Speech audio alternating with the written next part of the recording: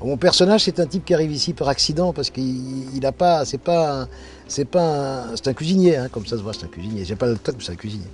Et il arrive un peu par accident parce qu'il vient en remplacement. C'est pas un type qui a l'habitude de faire la cuisine pour les colonies de vacances. Donc c'est un type qui travaille dans un restaurant à Belleville. Les Chinois ont racheté le restaurant. Lui, comme il n'était pas très bon sur les nems, ils l'ont pas gardé. Et à la NPE, il l'envoie ici. Bonjour, on s'est croisés tout à l'heure, j'ai pas eu le temps de me présenter, Vincent. Mimoun, je suis nouveau. Ouais, je suis au courant. C'est pas trop grave pour le cuisinier? Ah non, c'est rien, c'est juste un bras cassé. Ah, et vous avez déjà travaillé en centre de vacances? Ben non, pas vraiment. Comme j'ai dit au gars de la NPE, j'étais cuisinier dans un restaurant à Belleville. Les Chinois nous ont rachetés, ils m'ont pas gardé. J'avais du mal avec les nems. Et il continue à faire la cuisine comme à Belleville.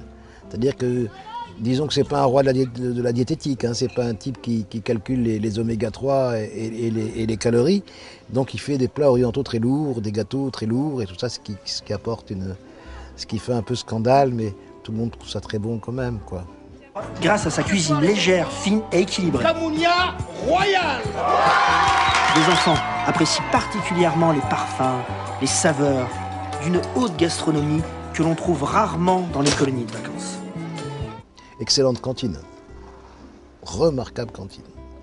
Avec une serveuse d'une beauté en plus incroyable. Elle a vraiment de l'allure, Christine, tu trouves pas? Ouais, c'est vrai, quelque chose. C'est vraiment une belle femme. Hein. Elle te plaît, toi aussi. Hein. Ça va. Alors mon personnage, c'est une femme de service, voilà, qui fait ce boulot-là avec les enfants et puis qui a une petite histoire d'amour avec le cuisinier. Voilà, on va dire ça. Tu sens la coriandre, le safran? Ah ouais, je le sens. Hein. Encore une petite bouchée pour me faire plaisir. Non, vraiment, Mimoun. Tu trouves pas que je suis déjà assez grosse comme ça? Non. Toutes ces blagues sont un petit peu foireuses, on va dire, et je ris. Voilà, et donc il me séduit, et puis voilà, mais je pense aussi que c'est quelqu'un qui est disponible, cette femme-là. C'est ça qui est disponible dans le sens de l'ouverture, hein. Voilà. Donc elle est charmée par cet homme-là. Voilà, qui est un petit peu... qui n'est pas vraiment un cuisinier traditionnel, hein, de colonie. Non, merci, monsieur Mimoun. Mais là, il est 9h du matin, pas possible. Vincent, amène les gâteaux. Voilà. C'est la place. Ça, non. Monsieur Michaud, c'était moi. Vous êtes obligé, hein. Allez, c'est délicieux, allez-y. Piquez dedans, allez, ça me fait plaisir, allez. C'est vrai que c'est vraiment délicieux, mais là, on doit passer aux chambres. C'était moi, mangez, c'est pour vous. Non, sérieux, là. C'est gratuit, profitez. Ouais, quand j'étais gosse, j'allais en colo. Et c'était l'époque, on allait beaucoup en colonie de vacances. Et j'adorais ça, moi. C'est là où j'ai fait, pour la première fois, du théâtre. Je sais pas, j'avais 10 ans, quoi. On faisait des spectacles, on faisait des concours, on faisait des jeux, on chantait. Et j'adorais ça, moi.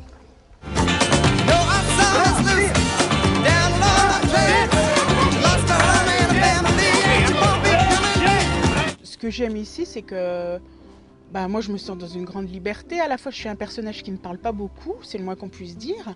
Et puis, c'est clair, j'ai eu le sentiment, les premiers jours de tournage que je viens de faire, que je pouvais proposer. Alors, au début, je ne sais pas jusqu'où je peux me permettre. Et puis, finalement, les propositions que je leur fais, elles sont les bienvenues. Parce que moi, j'appréhendais un petit peu d'avoir ce personnage qui ne parle pas, qui est toujours là et qui ne parle pas beaucoup. Et puis, finalement, je ne me sens pas du tout la 5e roue du carrosse. Alors... Je suis super à l'aise en fait. Et je crois que c'est grâce à eux, bien sûr, ça. Éric et Olivier sont d'abord des fous de cinéma. C'est-à-dire qu'ils connaissent le cinéma, ils connaissent tous les dialogues des films par cœur. Moi, ils me citent constamment des bouts de dialogue que moi, évidemment, j'ai totalement oubliés, alors que c'est moi qui les prononçais. Ils sont amoureux du cinéma, amoureux des acteurs. Et ça, c'est vous savez, c'est quelque chose d'extrêmement précieux. Parce qu'il y a des metteurs en scène qui n'aiment pas beaucoup les acteurs. Ceux-là, ils les aiment. Ce qui me fascine vraiment, c'est la façon dont ils travaillent à deux. Parce que c'est comme une évidence. Enfin, je ne les vois pas au niveau de l'écriture, mais au niveau de la réalisation, il y a jamais... Ils font une seule personne, ils se complètent. C'est vachement agréable. On pourrait penser que c'est perturbant, et puis pas du tout.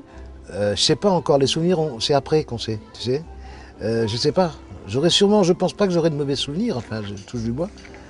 Non, c'est bien, c'est paisible et studieux, c'est ce que j'aime, quoi.